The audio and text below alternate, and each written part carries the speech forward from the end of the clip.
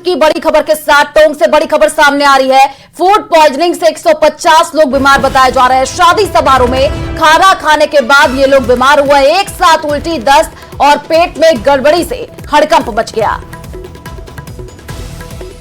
तो सभी लोगों को केकड़ी जिला अस्पताल पहुंचा दिया गया है। गंभीर हालत में 2 लोगों को अजमेर भी शिफ्ट किया गया। फिलहाल केकड़ी अस्पताल में 3 लोगों का इलाज जारी है। बाकी सभी को प्राथमिकता उपचार के बाद छुट्टी दे दी गई है। नसीरदा थाना इलाके के बीजवाड़ गांव का ये पूरा मसला है, जहां पर फूड पॉइजनिंग से 150 लोगों के बीमार होने की खबर आ रही है। जिनकी हालत गंभीर है उनको शिफ्ट किया गया है। प्राथमिक उपचार सभी को दे दिया गया है।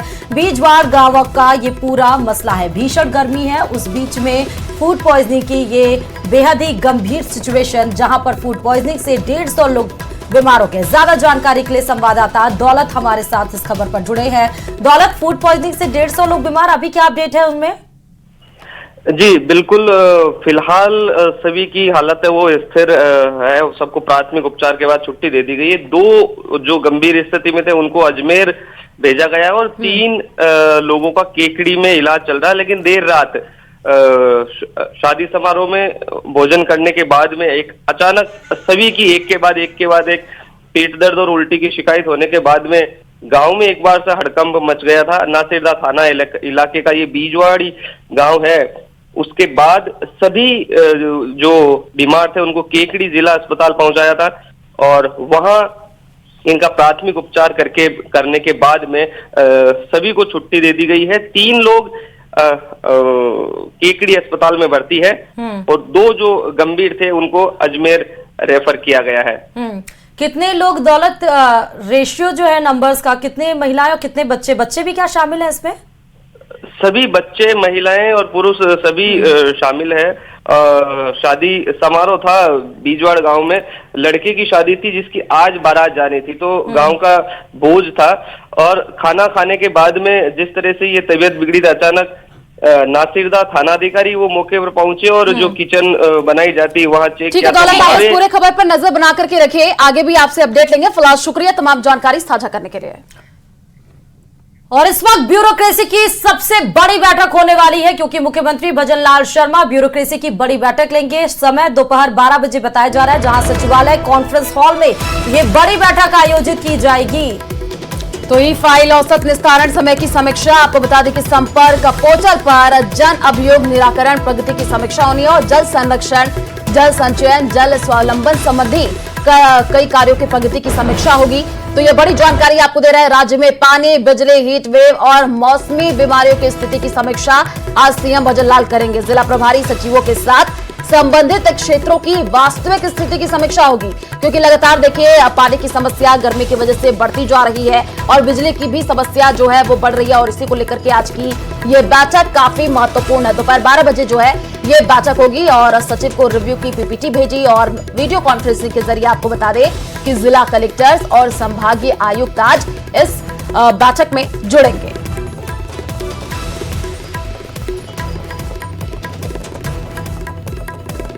और जयपुर से बड़ी खबर सामने आ रही है। मुख्य सचिव मंथन करेंगे। सीएम की बैठक से पहले चर्चा होने वाली है। बताते चलें कि वरिष्ठ अधिकारियों के साथ ये बैठक होगी, यानी कि आज मुख्यमंत्री भजन लाल शर्मा 12 बजे जहां अधिकारियों की, संभागीय अधिकारियों की बैठक लेंगे, उसके पहले मुख्य सचिव भी मंथन करेंगे। सीएम की बैठक से पहले ये मुख्य सचिव की बैठक होने जा रही है। वरिष्ठ अधिकारियों के साथ मुख्य सचिव बैठक करेंगे। सुधांश पंत लगातार इस बीच बहुत ज्यादा एक्टिव नजर आ रहे हैं, लेकिन सीएम की बैठक से पहले क्या वो सवालों का जवाब देंगे, उसके पहले ये बैठक बहुत ही महत्वपूर्ण बताई जा रही है। सुबह 10 बजे समय बताया जा रहा है, जहां पर मुख्य सचिव ये बैठक लेंगे। तो सुधांश पंत तमाम वो अधिकारियों के साथ इस पे बैठक लेंगे, क्योंकि चाहे वो पीएचईडी की बात हो, चाहे वो बिजली की बात हो, इस बीच में क्या कुछ चल रहा है, आगे क्या कैसा माहौल है, उन सब को लेकर ये बड़ी बैठक ली जाएगी। मुख्यमंत्री की बैठक से पहले ये बैठक है 10 बजे।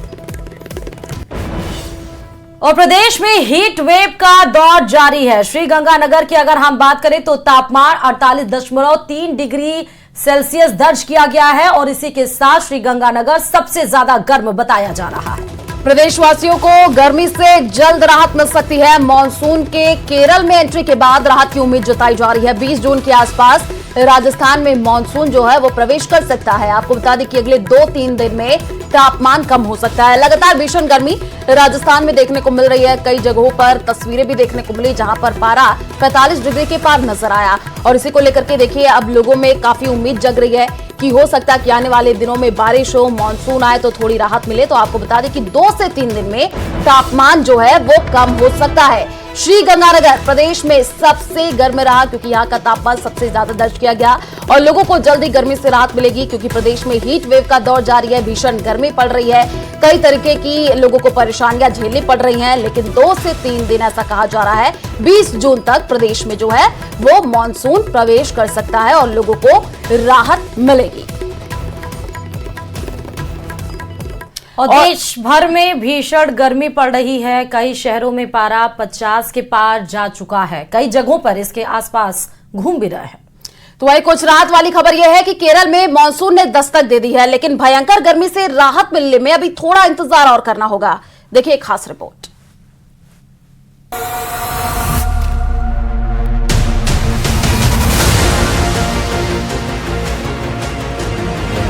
राजधानी दिल्ली में पारा 52 डिग्री सेल्सियस को पार कर चुका है। इतनी गर्मी दिल्ली वालों ने कभी नहीं देखी। राजस्थान में चूरू समेत कुछ जगहों पर तापमान 50 के पार जा चुका है, तो वहीं यूपी के कई शहरों में पारे का कांटा 50 के आसपास घूम रहा है। दिल्ली एनसीआर और यूपी के कुछ इलाकों में बुधवार की शाम को बारिश से थोड़ा टेम्परेचर डाउन हुआ, लेकिन गर्मी के तेवर कम नहीं हुए हैं। दक्षिण भारत के राज्य केरल में मानसून की दस्तक हो चुकी है। एक दिन पहले ही मानसून की एंट्री हो गई है। केरल के कई इलाकों में जबरदस्त बारिश देखने को मिल रही है। मानसून धीरे धीरे पूर्वोत्तर राज्यों की ओर बढ़ रहा है।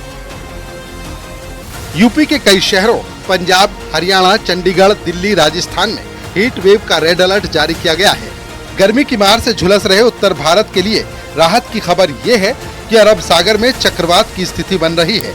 इससे हवा की दिशा और दशा बदलने वाली है। अगले 2 से 3 दिन के भीतर उत्तर पश्चिम से पूर्व की ओर हवा चलने लगेगी, जिससे अधिकतम तापमान में कमी आएगी।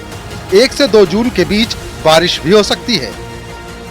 आने वाले दिनों में मौसम कैसा रहने वाला है और बात मानसून की जाए तो वो कब तक आएगा, मतलब लोगों को राहत कब मिलेगी गर्मी से? देखिए, अभी एक वेस्टर्न डिस्टर्बेंस आ रहा है, उसके प्रभाव से वेस्टर्न हिमालय रीजन में वहां भी हमने हीट वेव का वार्निंग दे रखा है। जैसे जम्मू डिवीजन हो गया, जहाँ हिमाचल प्रदेश हो गया, आने वाले 3 दिनों में वहां भी कुछ हिस्सों में, लोअर हिस्सों में, जैसे जम्मू का हो गया, जहाँ हिमाचल के बिल्कुल ऊना डिस्ट्रिक्ट वगैरह हो गया, वहां भी हीट वेव रहेगी 2 दिन स्पेसिफिकली। उसके बाद वहां भी वेट हो जाएगी। कहा जा रहा है कि 2 दिनों में अधिकतम तापमान में 4 से 5 डिग्री तक गिरावट आ सकती है। उत्तर भारत में इतनी प्रचंड गर्मी पड़ रही है कि लोग बेहाल हैं। यूपी की बात करें तो बुधवार को प्रयागराज में 48.8 डिग्री, कानपुर में 48.4 डिग्री, आगरा में 48 डिग्री, हमीरपुर में 47.6 डिग्री सेल्सियस, झांसी में 47.5 डिग्री, वाराणसी में 47.4 डिग्री, फतेहपुर में 46.2 डिग्री, सुल्तानपुर में 46 डिग्री सेल्सियस तापमान रहा। हमने प्रत्येक सीएचसी पर 5-5 बेड, जिला अस्पताल में 10 बेड आरक्षित किए हैं, जहां पर एयर कंडीशनर और एयर कूलिंग की व्यवस्था है। जितने भी हमारे हेल्थ वेलनेस सेंटर से लेकर के हमारे जिला अस्पताल तक हैं, हर अस्पतालों में हमने ORS कार्नर स्थापित कराए हैं। गर्मी के मौसम में बाहर लू चल रही है, जिसकी चपेट में आकर लोग बीमार भी पड़ रहे हैं। यूपी में औरैया, जालौन, हमीरपुर, महोबा, झांसी में भी लू का असर रहने वाला है। हालांकि पूर्वी यूपी के कुछ इलाकों में बूंदाबांदी भी देखने को मिल सकती है। Bureau report, news 18। और चलिए रुक करते हैं अगली खबर की ओर। कल दिल्ली से अमेरिका जा रही एयर इंडिया की फ्लाइट के 183 के यात्री भीषण गर्मी की वजह से बेहोश हो गए। बताया ये जा रहा है कि यात्रियों को बैठाने के बाद विमान करीब 8 घंटे से एयरपोर्ट पर ही ठहरा हुआ था। साथ ही इसका एसी भी काम नहीं कर रहा था, जिसकी वजह से अमेरिका जाने वाले यात्री बेशुद्ध होने लगे। काफी देर के बाद सभी यात्रियों को विमान से बाहर निकाल लिया गया। बड़ी खबर आपको बता रहे हैं, अमेरिका जा रहे विमान में यात्री बेहोश होने लगे। काफी देर तक ये फ्लाइट होल्ड रही, जिसके अंदर बैठे सभी यात्री बेशुद्ध होने लगे। उसके बाद से यात्रियों की तबीयत खराब होने लगी। काफी देर के बाद सभी यात्रियों को विमान से बाहर निकाल लिया गया। फ्लाइट के अंदर एसी भी काम नहीं कर रहा था। दिल्ली से ये खबर है। अमेरिका जाने वाली जो फ्लाइट थी उसमें यात्रियों का हुआ बुरा हाल। दिल्ली से बड़ी खबर, एयर इंडिया की फ्लाइट के 183 यात्री बेहोश पाए गए क्योंकि काफी देर तक ये फ्लाइट होल्ड रही, जिसके अंदर एसी भी नहीं काम कर रहा था और सफोकेशन होने की वजह से यात्रियों की हालत बेहाल।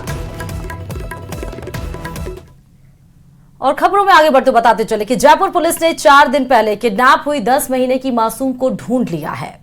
साथ ही पूरे मामले में खुलासा भी कर दिया है। आपको ये बता दें कि बच्चे को दौसा से बरामद किया गया और मामले में पति पत्नी को गिरफ्तार किया गया है जो मासूम को किडनैप करके ले गए थे। मामले की जांच करते हुए 100 से अधिक पुलिसकर्मियों की टीम ने 72 घंटे की मशक्कत करके किडनैपर्स को गिरफ्तार करके मासूम को छुड़वाया है।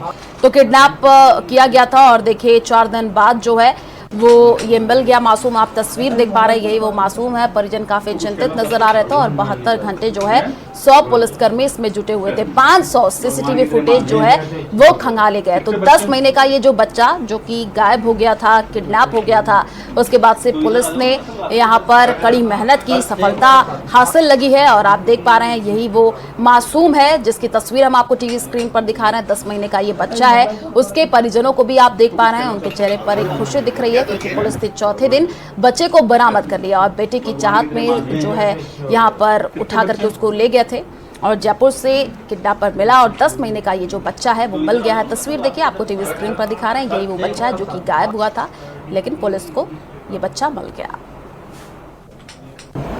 जैसा कि आप सब लोग जानते हो कि 27 तारीख को लगभग शाम को 4:30 बजे टोंक रोड पे जो बेला कासा होटल है उसके पास एक अंडर कंस्ट्रक्शन फ्लाईओवर है, उसके नीचे से एक 9 महीने के बच्चा जिसका नाम की अशोक है, उसका 2 लोगों द्वारा, एक जिसमें एक पुरुष था और एक महिला थी, अज्ञात इन दोनों के द्वारा उसका अपहरण किया गया था। जब ये घटना हुई हम सब लोगों ने बहुत गंभीरता से लेते हुए पूरे जयपुर शहर में इसके लिए नाकाबंदी की गई। पूरा सर्च अभियान पूरे जयपुर शहर में चलाया गया और इसके लिए कई विशेष टीमों का गठन जो है हमारे ईस्ट जिले में भी और सीपी साहब के लेवल पे भी, आयुक्तालय के लेवल पे भी किया गया।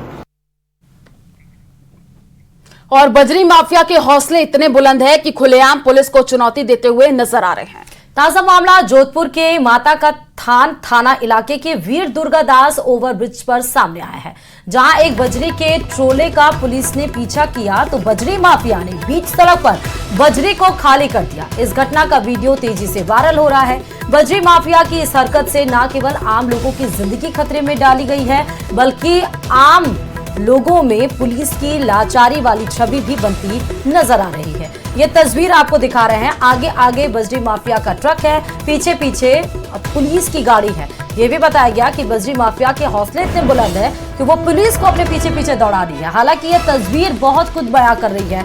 पुलिस की यहाँ पर लाचारी नजर आ रही है, लेकिन बजरी माफिया का आतंक भी नजर आ रहा है। और राजधानी जयपुर में देर रात अंधेरे में होने वाले अपराधों की रोकथाम के लिए अब नाकाबंदी में बदलाव की कवायद शुरू की गई है।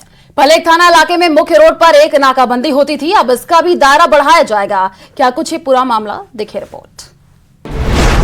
चप्पे चप्पे पर होगी नजर, नाकाबंदी में बदलाव की कवायद, अपराधियों की एंट्री नहीं होगी आसान, जोखिम दिखाने पर मुश्किल में आएगी जान, पिंक सिटी पर पहरा होगा सख्त।